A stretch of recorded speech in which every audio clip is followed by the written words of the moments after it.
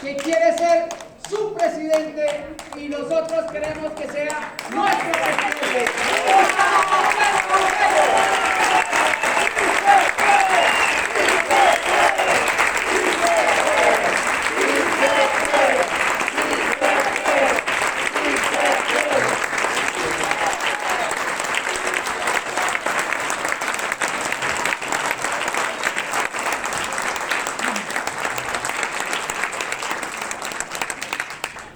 Gracias a todos ustedes por este esfuerzo.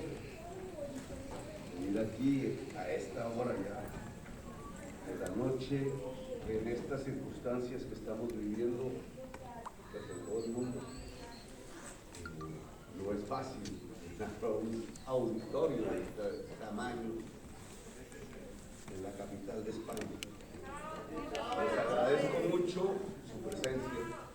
No sé si eso así.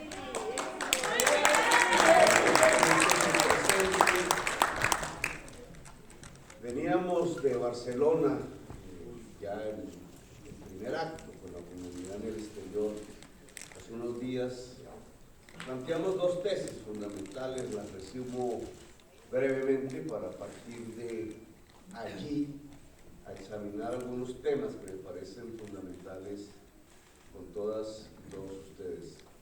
Planteamos que la política internacional del gobierno del Pacto Histórico priorizará fundamentalmente la lucha contra el cambio climático, dado que es el principal problema de la humanidad, dado que Colombia podría ser afectada enormemente y en el corto plazo, dado que no es para nosotros los colombianos, las colombianas, un tema que podríamos llamar problemático, sino al contrario puede ser una enorme oportunidad de desarrollo, de una manera diferente de entender la economía, la sociedad, el mismo Estado, porque Colombia, uno de los países más hermosos de la tierra, precisamente si se reconcilia con la naturaleza, tiene un camino enorme, una potencialidad enorme, una capacidad que nos podría colocar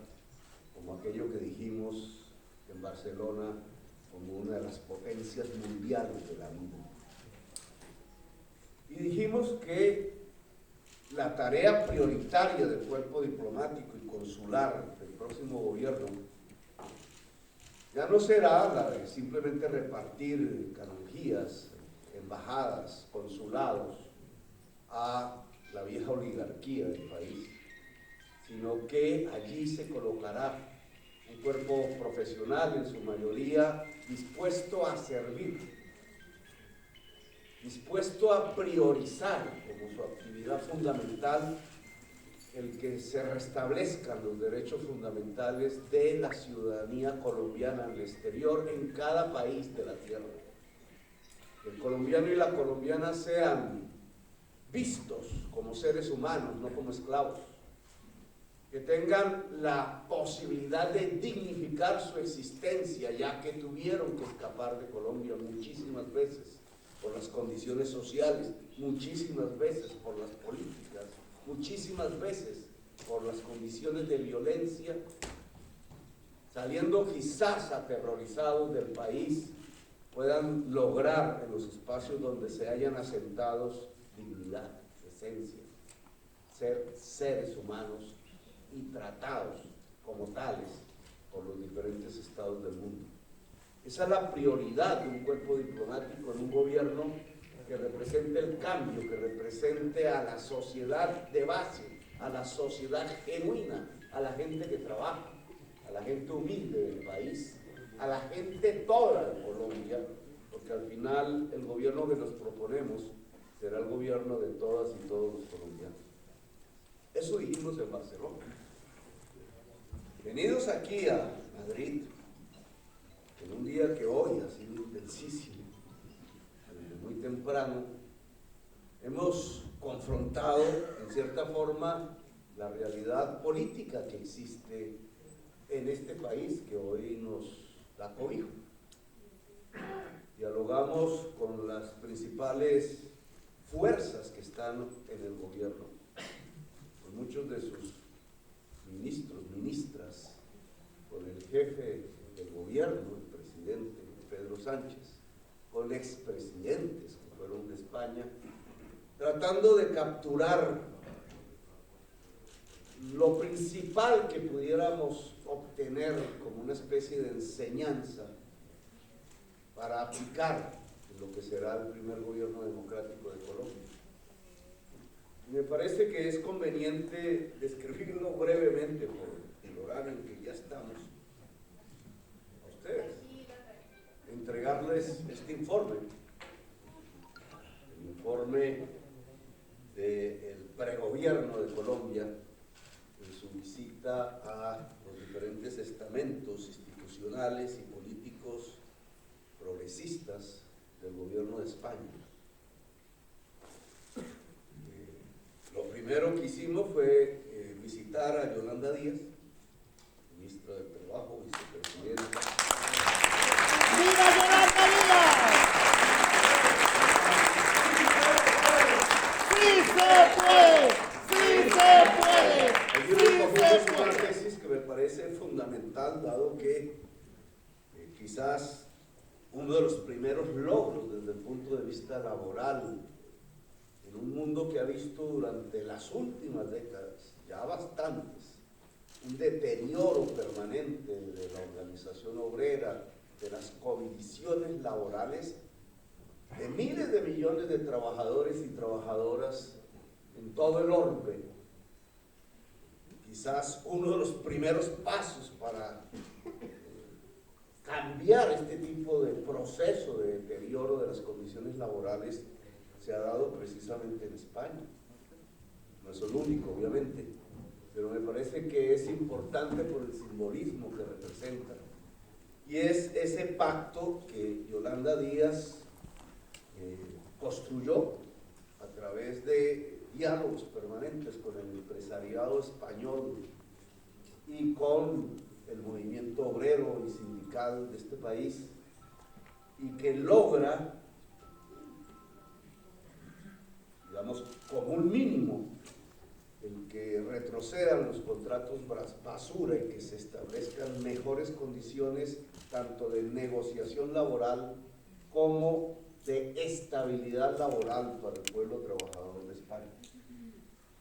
Sé que es imperfecto, sé que habrá críticas, sé que se quisieran más cosas, pero para nosotros es importante porque en Colombia tenemos millones de trabajadores y trabajadoras absolutamente condenados casi a una esclavitud laboral, a contratos que duran a veces semanas, bajo los cuales, sobre todo en el caso de las mujeres, se cometen indignidades delictuosas, acoso sexual, que ha deteriorado completamente la estabilidad, incluso psicológica, de hombres y mujeres que trabajan en el país, que los ha condenado a una inestabilidad que termina rompiendo familias, territorios, que termina rompiendo la vida misma.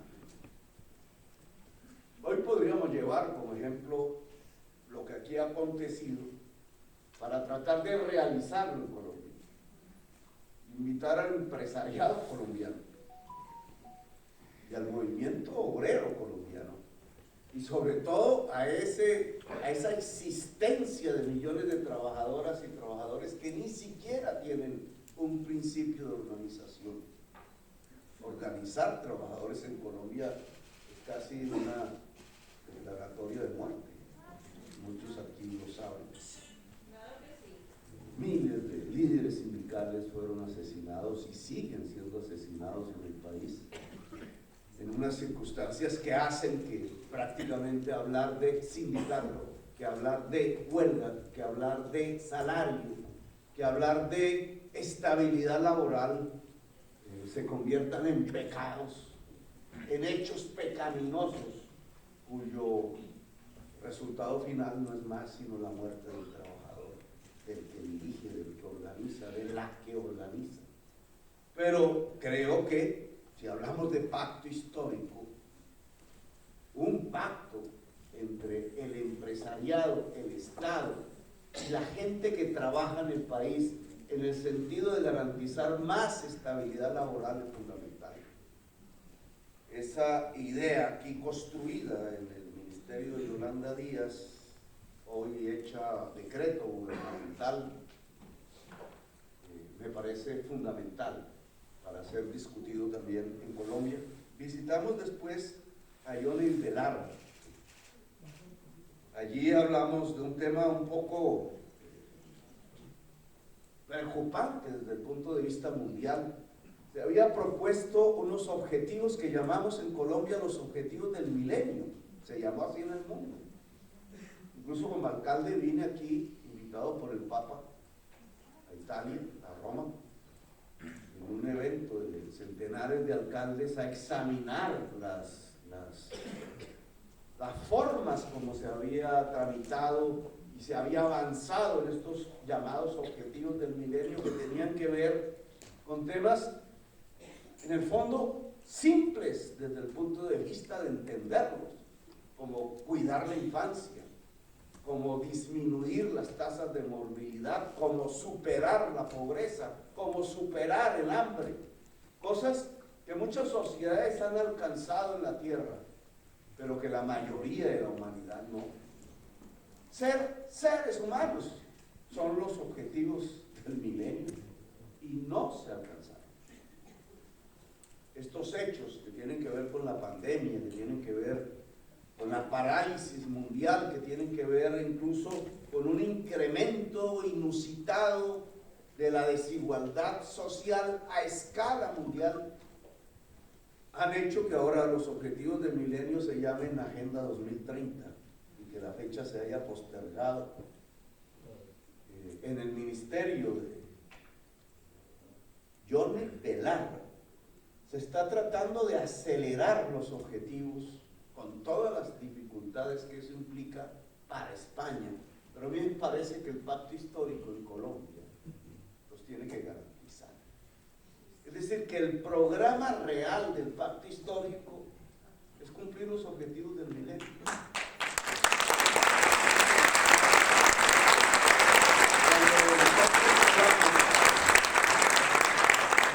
Una palabra se tornó un movimiento político y que era la consigna central de la alcaldía de la Bogotá humana, que se transformó en la Colombia humana.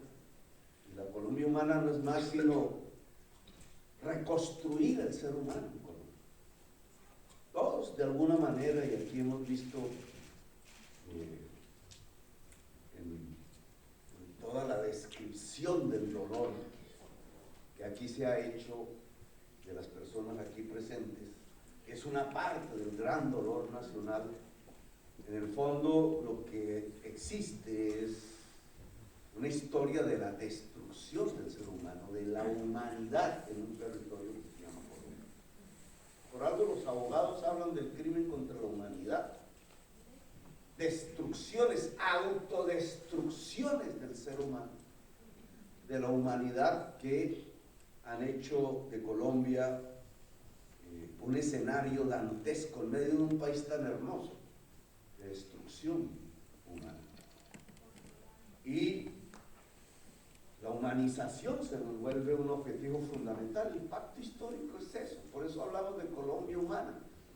Es humanizar Colombia, es humanizarnos nosotros mismos, humanizar la política, humanizar la sociedad. Es mirarnos los unos a los otros para entendernos, para solidarizarnos, para abrazarnos, para querernos, para amarnos, decía Jesús, y no para matarnos, que pareciera ser la tradición perpetua de Colombia. Quizás tanta hermosura natural nos ha entregado a tanta destrucción humana, cuando debería ser lo contrario. Con tanta hermosura natural, con tanta diversidad, lo que deberíamos tener es una de las mejores expresiones de la humanidad toda del planeta, en nuestra querida patria. Después visitamos a Felipe González, viejo amigo nuestro. Felipe González nos enseña algo que me parece clave para la historia de Colombia. Lo hemos conversado desde antes. Ahora lo volvimos a recuperar, digamos, en la conversación que tuvimos. Espero no sea la última. Con Felipe González hablamos de la transición. Esa palabra creo que tenemos que utilizarla mucho en el próximo gobierno porque seremos un gobierno de transiciones. El gobierno de las transiciones. Aquí en España se operó una. La de la dictadura franquista a la democracia, con todas sus imperfecciones. Un camino pacífico de transición de una terrible dictadura asesina, del fascismo, porque así es como hay que llamarlo, del fascismo, hacia una democracia moderna europea, con los problemas de la democracia europea, quizás la partidocracia, etc. Pero lo lograron pacificar. Lograron algo ahí que me parece esencial, y es que aquí existía una fuerza pública franquista, es decir, fascista, heredera de una victoria militar contra los republicanos, una especie de contravía de la historia, y al final pues se reprodujo en la Segunda Guerra Mundial y dejó en toda Europa 50 millones de muertos hasta que el fascismo fue derrotado, menos en España. Todavía hay franquistas aquí en España. La transición que aquí nos enseñaron es que esa misma fuerza pública pudo modernizarse, incluso usaría la palabra democratizarse, es decir, ponerse bajo el control civil, ponerse bajo el control del derecho de la humanidad. También con sus imperfecciones, indudablemente, hubo un golpe de Estado después de la muerte de Franco. Pero no es importante ese mensaje para lo que tendría que hacer el próximo gobierno del Pacto Histórico. Un asesino, un enano de cuerpo y de mente. Si lo que tenemos que hacer es precisamente una transición de, para decirlo con suavidad, un autoritarismo, pero para decirlo con claridad, de un fascismo a la colombiana, que es heredero del que estaba aquí, hacia una democracia. Esta no al estilo europeo, una democracia viva, multicolor, latina, latinoamericana, afro, indígena, en la diversidad misma de lo que significa nuestra sociedad.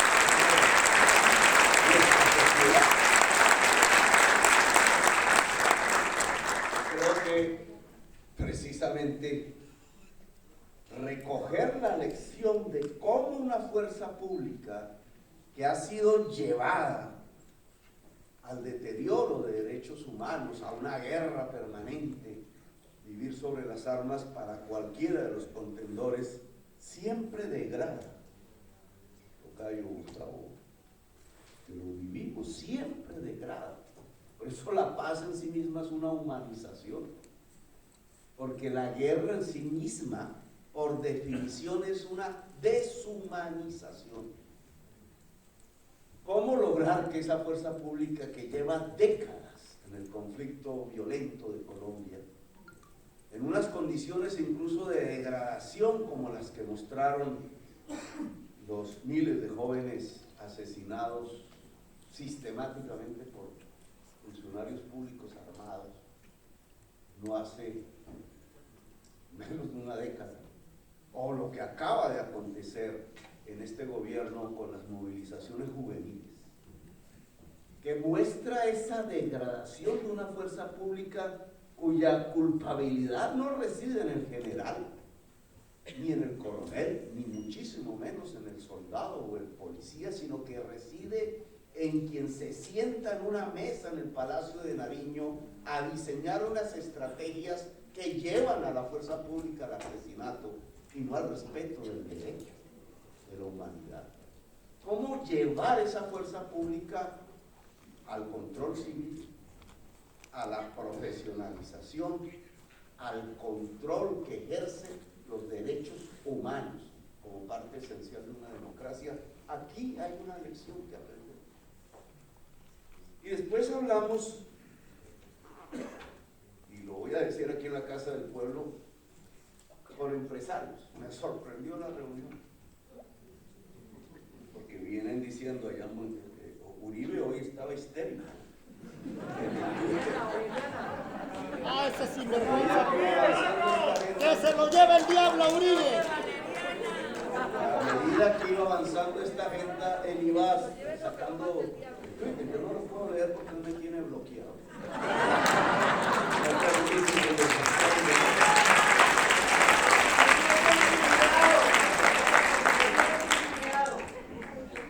Pero me mostraban, iba subiendo de tono y de tono y de tono, que me reunía con comunistas, que no sé qué era, eso es pecado. Y pues me reuní con un poco de empresarios que comunistas no tienen ni un peso. Y empresarios de los principales bancos de España, de la conectividad, de los seguros, de las energías limpias, llegaron petroleros, de la construcción, de las aerolíneas. Sus nombres propios ya aparecerán en la central que tienen los gremios de la patronal. A escuchar a quien cree en ellos va a ser el presidente de Colombia.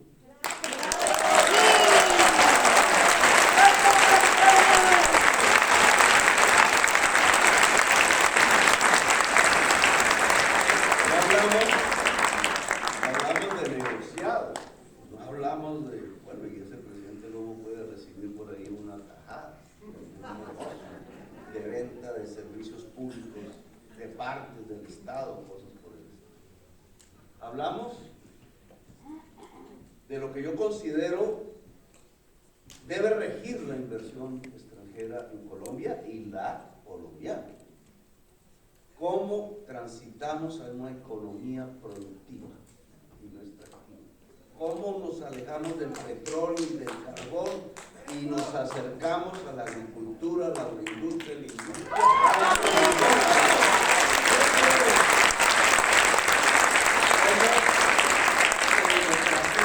El crédito. ¿Cómo podemos cambiar la matriz de la energía en Colombia para volverla 100% limpia?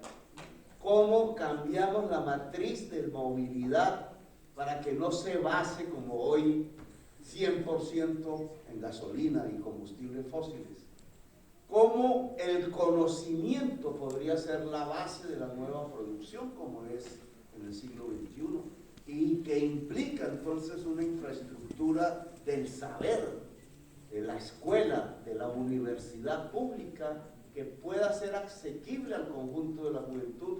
Cómo la conectividad se puede convertir en un derecho real de la sociedad colombiana, porque allí está la información del mundo. ¿Cómo podemos construir una economía descarbonizada? Temas que son pertinentes para el siglo XXI, para el momento actual, para la contemporaneidad. Por eso yo ya no le voy a responder más a Uribe, ni siquiera lo voy a volver a mencionar. ¡Ese es un loco histérico! ¡Uribe es un lacayo que se arrodilla ante el imperio maldito de los Estados Unidos! Lo único que puede mostrar este gobierno es que se afundinearon los españoles. Les voy a traducir esa palabra después. Los recursos para que el campesinado tuviera internet. Eso es lo único que pueden mostrar.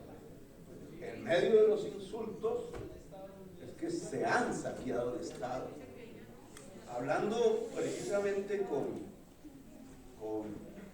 estos integrantes del gobierno español, una de las ministras nos decía, bueno, le pregunté, ¿cuánto ha aumentado la pobreza en España en virtud de la crisis de la pandemia?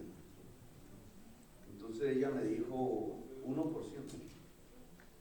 1%. Miren ustedes cuánto ha aumentado la pobreza en Colombia el año pasado, en la crisis de la pandemia. Y resulta que pasamos del 20 al 39% y hoy la mitad de la población tiene hambre. ¿Cuál es la diferencia si es el mismo virus? O sea, ¿por qué aquí disminuye la pobreza 1% y en Colombia decenas de puntos?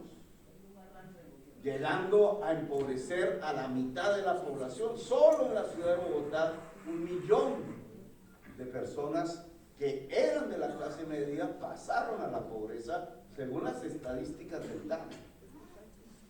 Solo en Bogotá. En la ciudad de Barranquilla, aquí de los compañeros, no sé qué se hizo el senador que es de Barranquilla, Armando Benedetti. Solo en Barranquilla las estadísticas dicen que el 65% de la población no come 3 veces al día. ¿Cómo es que, siendo el mismo virus, es tan diferente en Estados Unidos? ¿Es recapitalista o no? ¿Es diferente en España, que es recapitalista o no? Que en Colombia, no me atrevo a decir que es recapitalista, sino más bien feudal, narcofeudal.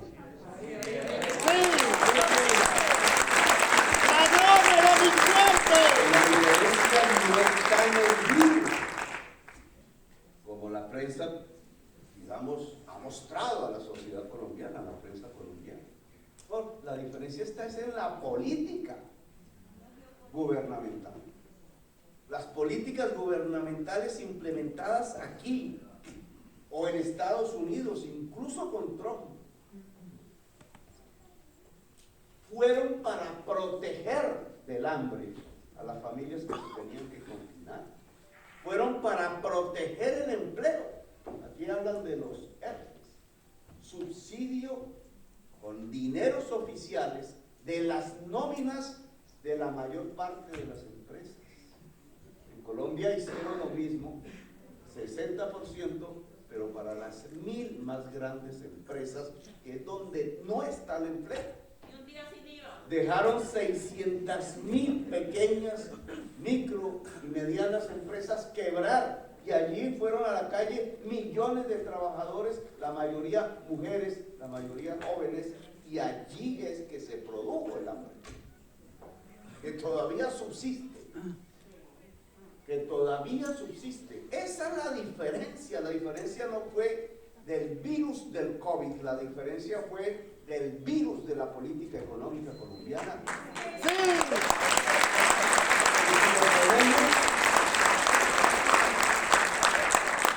Epítetos ideológicos, pues lo que permitió que Europa no se hundiera en la pobreza y que en Estados Unidos incluso disminuyera la pobreza, es que aquí hicieron políticas socialdemócratas para enfrentar al virus. Y en cambio en Colombia lo que hicieron fue políticas neoliberales para enfrentar el virus. La socialdemocracia al menos protegió a la población del hambre y el empleo. Y por eso la tasa de empleo español hoy por lo menos recupera el nivel antes de la pandemia. Y en cambio nosotros, al enfrentar el virus con el neoliberalismo, produjimos un virus peor. Puede morir más gente de hambre por consecuencias de hambre que por el virus mismo del COVID-19. El virus de Colombia fue Duque. Iván Duque, ese asqueroso, legal y miserable de Duque, la calle de los Estados Unidos, que se arrodilla este cobarde ante ese maldito imperio del norte. Y finalmente nos encontramos con el presidente del gobierno español, Pedro Sánchez, en la sede del Partido Socialista Obrero Español. Con él hablamos porque obviamente podría ser una primera reunión de una segunda en donde ya se encuentren es jefe de gobierno, jefe de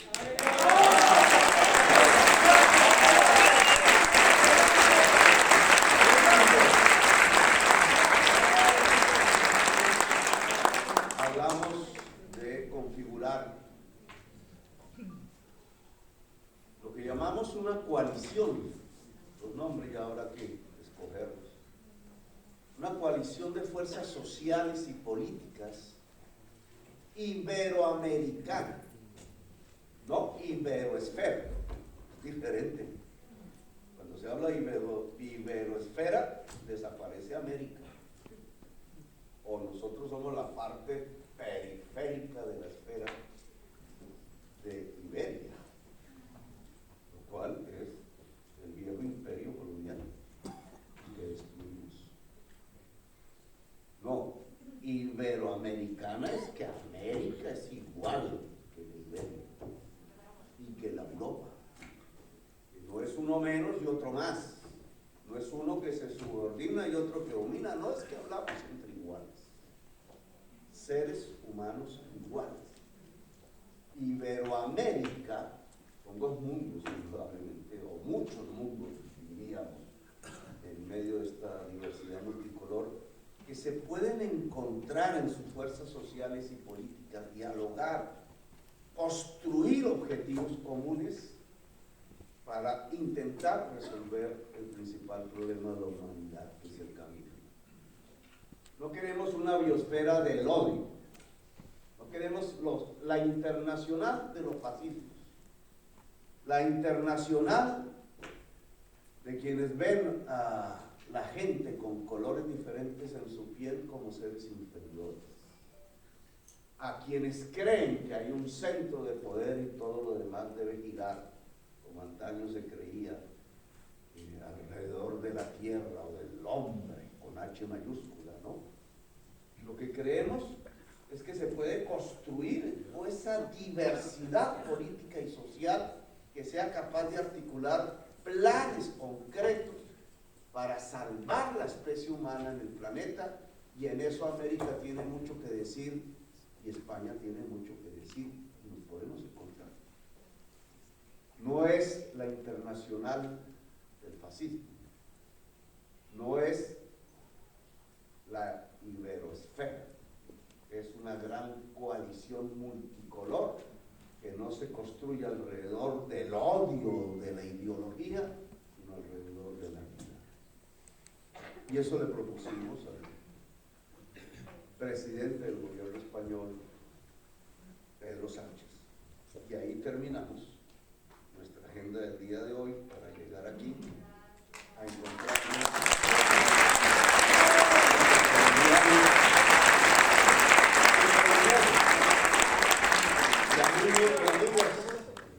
Trabajadoras todas y progresistas todas, y recorrer en el comienzo de este acto este camino que sí es de dolor. Es difícil en las campañas electorales hablar del dolor, como los técnicos de las campañas, del marketing, etcétera, dirían, hable de eso, pero un poco el reto aquí es que este dolor que aquí recorrimos de madres que vieron cómo asesinaban a sus hijos, no hay calificativo para tamaña acción como la que presenciamos hace unos meses. Un Estado que simplemente dispara de frente a quitar ojos, a descuartizar, que viola niñas, que desaparece. Hay 60 en este momento que no volvieron, se encuentran por ninguna parte, casi 2.000 presos, una prensa diciendo que esos presos son terroristas, son jóvenes de barrio, que simplemente se atrevieron a decir que tenían derecho a vivir, y decenas de asesinados de frente por fuerzas oficiales, tratando de negar el gobierno esa realidad dramática, ese camino digamos, de dolor que hemos visto aquí, de antaño, de atrás, de otras generaciones, de la tortura, el desplazamiento, etcétera, que si lo pusiéramos y nos imagináramos que pudiera caber todas esas personas, millones, víctimas, y ese dolor se pudiera juntar, yo creo que no podríamos soportarlo, no podríamos. Es un dolor inmenso si eso se pudiera hacer. Y ahí nuestra responsabilidad, el enorme reto que tenemos, cómo transformar todo ese dolor sin olvidar y volverlo esperanza, ilusión, volverlo alegría. ¿Cómo será el sistema que no existe en la tecnología? No existe en la alquimia para transformar el dolor en ilusión, esperanza y alegría. Eso es lo que tenemos que hacer en Colombia. Eso en parte es esta campaña electoral. Eso en parte es la idiosincrasia y la manera de ser del colombiano y la colombiana. Esa capacidad resiliente de, a pesar de la adversidad, apostarle al futuro. Y poder sonreír y mirar el sol y sentir la vida en toda su intensidad. Cómo ese inmenso dolor se puede convertir en una gran ilusión y cómo esa gran ilusión puede ayudarnos a hacer una fuerza que pueda cambiar en realidad la historia de Colombia, esa magia, porque al final se trata de una magia. Como todo en Colombia, la magia de transformar dolor en esperanza y cambio real de la sociedad para que no vuelva a ocurrir.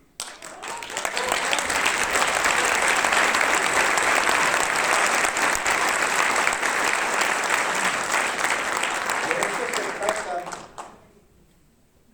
estos meses que están por venir, que terminan en mayo, ojalá, no en junio. Mayo. Ahí vendrán los pequeños histéricos.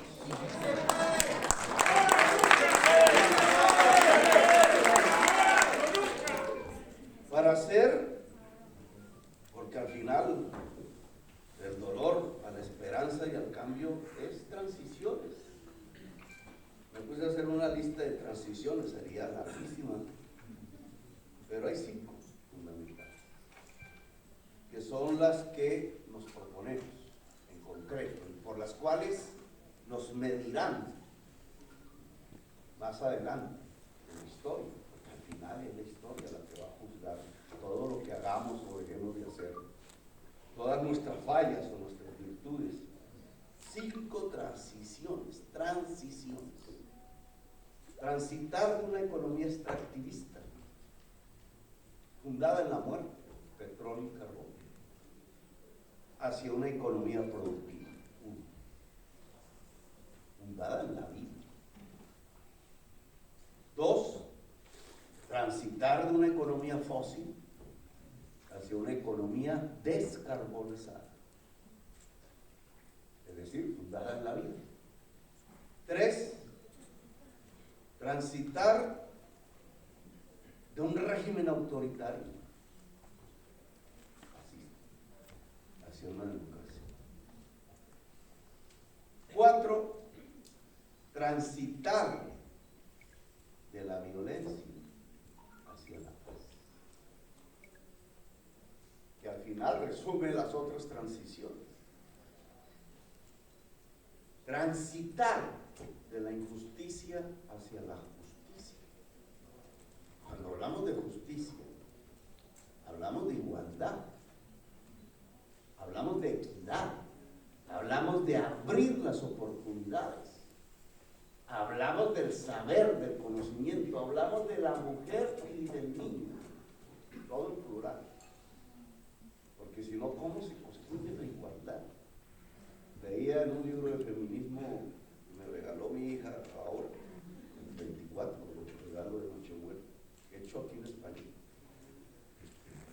que no lo conocía, fíjate, ya estaba aprendiendo cosas. Los revolucionarios franceses le quitaron la cabeza a las revolucionarias francesas. Simplemente porque cuando los revolucionarios franceses dijeron libertad, igualdad y fraternidad, pues las revolucionarias francesas se lo creyeron. Entonces es libertad de hombres y mujeres, es igualdad de hombres y mujeres, es fraternidad de hombres y mujeres. Y cuando dijeron eso, entonces los hombres revolucionarios le quitaron la cabeza a las mujeres revolucionarias que habían dicho eso. Que muestra, digamos, la gran paradoja de la democracia europea, que poco a poco fue cediendo al final en luchas que ustedes más que yo conocen. Bueno, nosotros sí queremos libertad de verdad, igualdad de verdad, fraternidad de verdad, y eso implica igualdad de la mujer, del hombre, igualdad del niño ante el adulto, igualdad entre la inmensa diversidad de los seres que habitamos Colombia. Y esas transiciones, al final, son las que nos permiten la paz. La paz. ¿Por qué seremos juzgados cuando gobernemos a Colombia? Al final del tiempo del gobierno, porque quizás seamos el primer gobierno en la historia de Colombia que le puede entregar a las actuales generaciones y las futuras la paz de Colombia.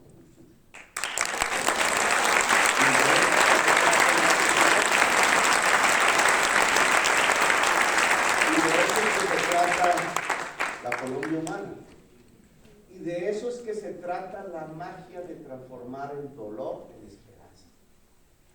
La forma de revivir el ser humano que nos quitaron, el ser querido que nos quitaron, los millones de colombianos que se quedaron, el inmenso dolor de la patria colombiana que hoy aspira a volverse vida, a volverse transformación, a volverse historia, a volverse no un pasado simple, sino un pasado que de todas maneras valió la pena vivir, porque pudo arrojar las posibilidades de una sociedad que se convierta en vanguardia de la humanidad en el planeta Tierra.